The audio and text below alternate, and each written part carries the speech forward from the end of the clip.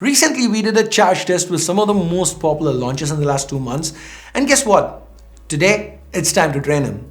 Hey guys, Ash here from C4Retech, and if you do end up finding this video useful, then please consider subscribing and turning on notifications by hitting that bell icon. Let's now get started.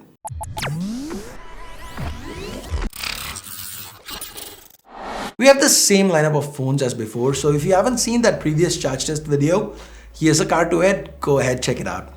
Now, if you have seen it, I'm pretty sure you'd recognize these phones since they are in the same order.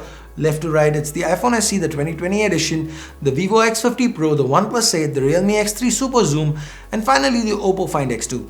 Of course, we have the trusty POCO F1 as a stopwatch again. In order to make this test as realistic as possible, we've set these phones to their maximum resolution as well as refresh rates. That means it's 120Hz on the Realme X3 Superzoom as well as the OPPO Find X2, 90Hz for the OnePlus 8 and the vivo X50 Pro, and of course 60Hz for the iPhone.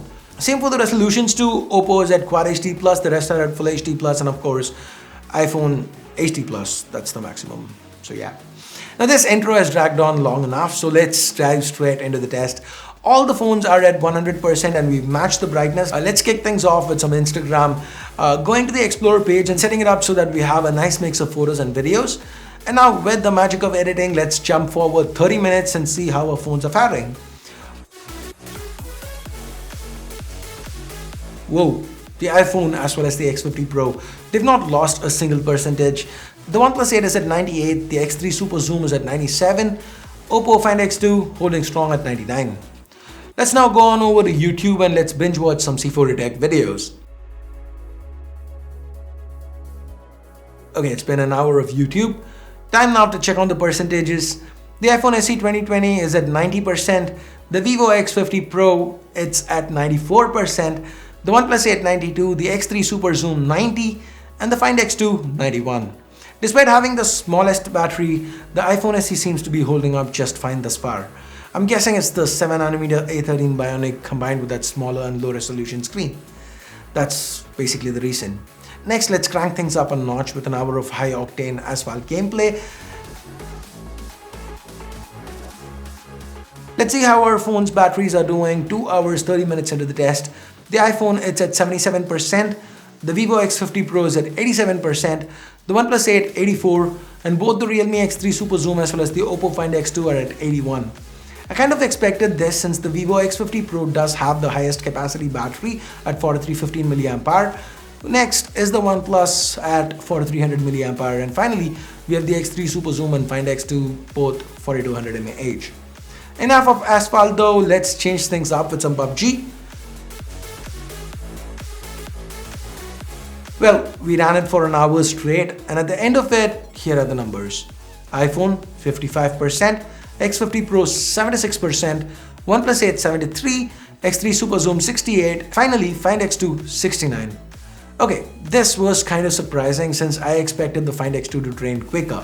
After all, the screen sizes on both phones is similar, both are also clocked at 120Hz, which is why they are draining faster than the rest of the Androids. But, and this is a pretty big but, the Find X2 is at Quad HD+, while the Realme is at Full HD+. Anyways, let's now pepper these phones with 5 continuous rounds of Antutu. It's been 4 hours and 19 minutes and here are the battery stats. The iPhone has dropped to just 26%, the X50 Pro is doing the best out of the lot at 62%, next is the OnePlus 8 at 56%, and finally we have the X3 Superzoom and the Find X2 neck and neck at 46 and 47% respectively. Now what struck me as interesting here is that both the OnePlus and the Vivo have similar sized displays. Their battery capacity differs by only 15 mAh, that's less than 0.3%, and even their refresh rate and panel types are the same, 90Hz Full HD Plus AMOLED. The only difference though is that we have the flagship power-hungry 865 on the OnePlus 8, while Vivo has opted to go with the mid-range 765G on the X50 Pro. That 6% difference is probably due to the CPU power consumption. Quite surprising since both CPUs are actually based on the latest 7nm manufacturing node. Okay, so let's see if our phones are up for one more hour of Asphalt. This time it is 5 hours and 19 minutes, and honestly the iPhone things aren't looking too rosy for it. It's at 13%.